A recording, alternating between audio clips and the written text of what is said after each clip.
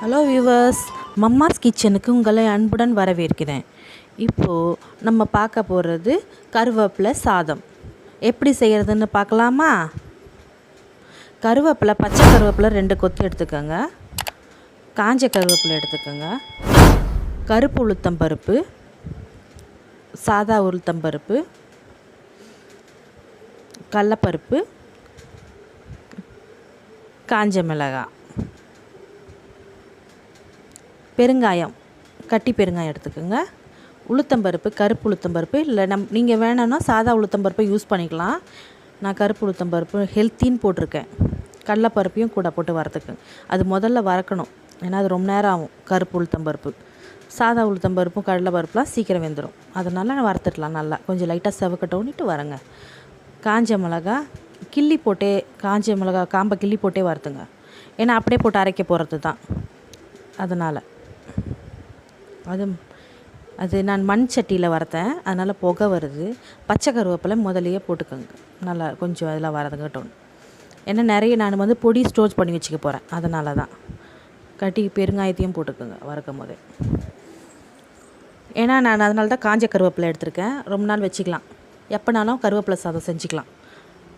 நல்லாயிருக்கும், மணமாக இருக்கும். பசங்களுக்கு நல்லது, ரொம்ப அயன் சத்து நிறைய அதில் இருக்குது. அதனால தான். கல் உப்பு போட்டுக்கோங்க. மிக்சியில் கொஞ்சம் அரைங்க. அரைச்சிட்டு எண்ணெய் ஊற்றி கடாயில் ஒரு 3 கரண்டி நமக்கு தேவையான அளவுக்கு உளுத்தப்பருப்பு, கொஞ்சமாக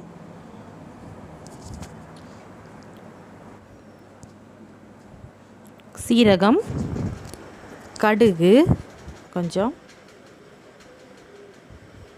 காஞ்ச மிளகாய் காம்பை கிள்ளிட்டு கொஞ்சம் கிள்ளி போட்டு தாளிச்சிக்கோங்க.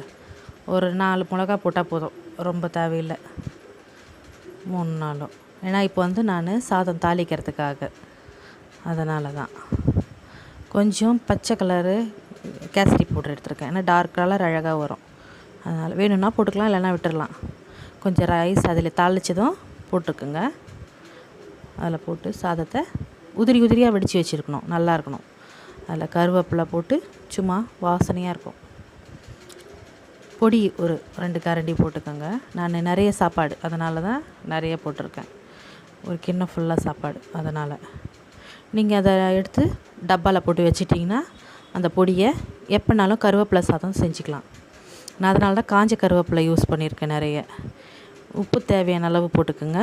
கொஞ்சம் பார்த்து சாப்பிடுங்க. சூப்பராக இருக்கும். கருவேப்பிலை சாதம் ஹெல்த்தியானது, அயன் சத்து நிறைஞ்சது, முடியெலாம் கொட்டாது. நல்லா இதை பொடி வச்சுருக்கேன். நான் இன்னும் 2-3 செஞ்சுக்கலாம்.